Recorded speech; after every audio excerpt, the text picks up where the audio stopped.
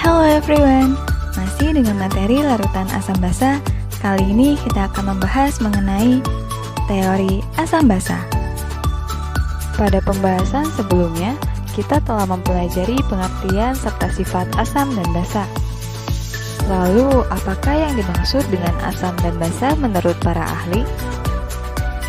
Teori asam basa yang pertama dikemukakan oleh Arrhenius.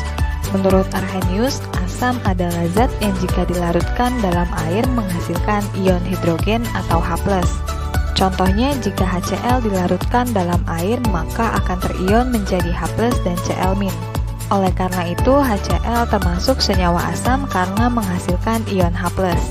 Sedangkan basa menurut Arrhenius adalah zat yang jika dilarutkan dalam air akan menghasilkan ion hidroksida atau OH-.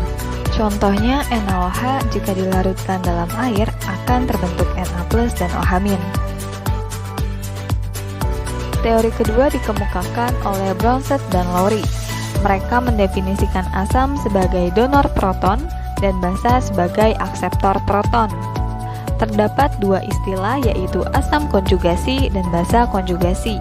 Asam konjugasi adalah asam yang kelebihan 1H+ terhadap basanya, sedangkan basa konjugasi adalah basa yang kekurangan 1H+ terhadap asamnya. Contohnya seperti pada reaksi amonia dengan air, di mana H2O bersifat asam karena dapat memberikan proton atau H+ kepada NH3 membentuk NH4+ dan OH-. Sedangkan NH3 berperan sebagai basa karena dapat menerima H+ dari H2O. Teori ketiga dikemukakan oleh Gilbert and Lewis. Beliau berpendapat bahwa asam adalah zat yang menerima pasangan elektron bebas, sedangkan basa adalah zat yang memberikan pasangan elektron bebas.